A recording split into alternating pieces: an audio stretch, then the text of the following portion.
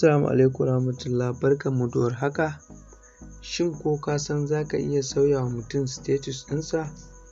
Ma'ana shi ya sa wani status daban a WhatsApp kai kuma ka sauya ka sa wani hoto daban, misali shi ya sa hotonsa. To domin ganin yadda za ka yi kawai ka biyo mu cikin wannan bidiyon. Kafin mu je cikin wannan bidiyon muna roƙon ku ga waɗanda ba su danna mana subscribe ba sai su danna mana subscribe, gashi nan da wannan jan rubutu da kuke gani, sai su taba ƙararrawa su zaɓi all domin samun bidiyoyinmu da zarar mun ɗaura, sannan kuma hakan zai ba mu ƙarfin gwiwa mu ci gaba da kawo wasu bidiyoyi da taimakon ku. Mun gode sosai. Sai mu je ku ga yadda za a yi.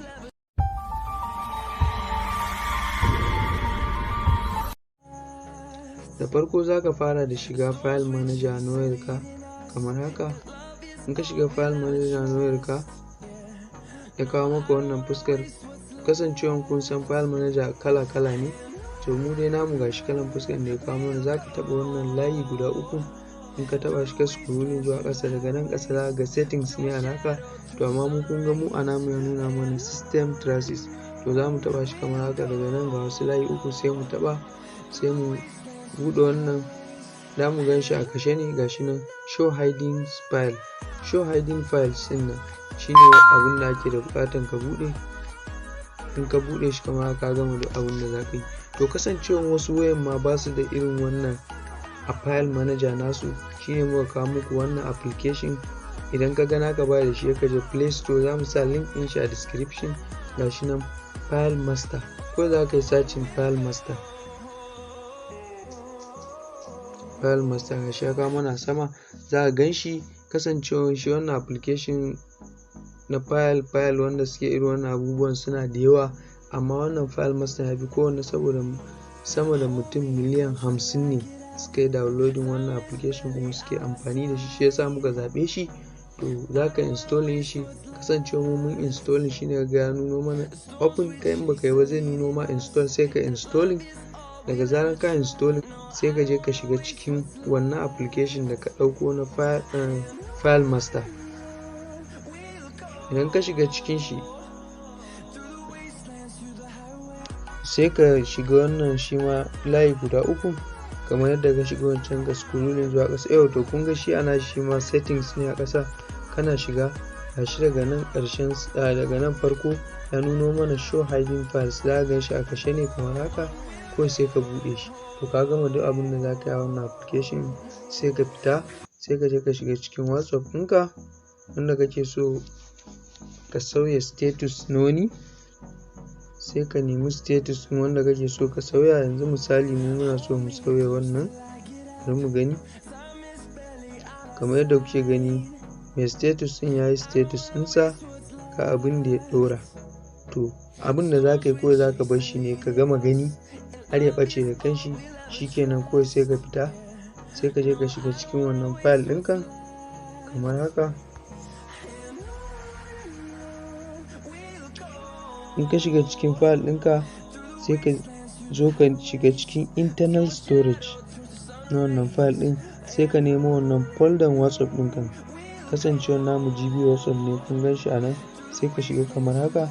To kana shiga sai ka nemi gun da aka sa media, ga namu nan kamar haka, sai ka za ka gan shi ma da ɗigo a farko kafin status ɗin, point status. Duk folder da ga an sa masa point status ɗin haka yana nufin shi hiding folder ne kuma temporary ne. Duk abin da ya shigo cikin sa a ɓoye zai zo kuma baya jimawa yakan ɓace, WhatsApp ɗin su kan goge da kansu. To za ka shiga cikin shi kamar haka, sai ka nemo wannan status ɗin da ka gani na wannan wanda kake so ka canza. Yanzu bari mu nemo ku gani. To gashi kamar yadda kuke gani, wannan shine hoton na status ɗinta. Bari mu buɗe shi. Gashi kamar yadda kuke gani, wannan shine status ɗin da aka yi. Abin da za ka yi kawai shine kawai za ka zo ka matse shi kamar haka. In ka matse shi sai ka nemi wurin da za ka yi renaming, ma'ana canza masa suna kamar haka. To ba canza sunan da aka yi ba, ka matsa rubutun kamar haka. In ya nuno maka haka sai ka yi copy rubutun. Daga zarar ka yi copy shi kawai sai ka yi cancel ma ka fita kawai. sai ka goge wannan status ɗinta kamar haka. Kawai za ka je ka nemi file ɗinka wanda kake so ka sauya wannan status ɗin, ma'ana kai ma hoton da kake so ka sa a wannan status ɗin. Yanzu bari mu gwada da wani hoto.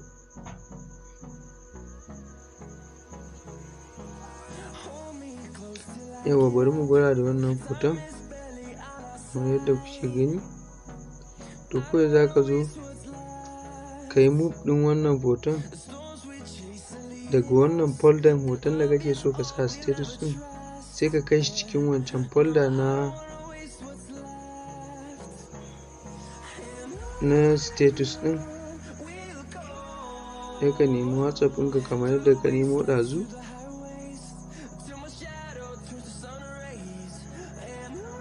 Gashi nan kamar haka, sai ka shiga media ka ƙara neman wannan folder na status ɗin, gashi nan sai ka pasting ɗin shi.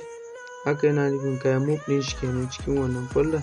To sai ka nemo hoton, yanzu za mu zo daga nan ƙarshen ƙasa.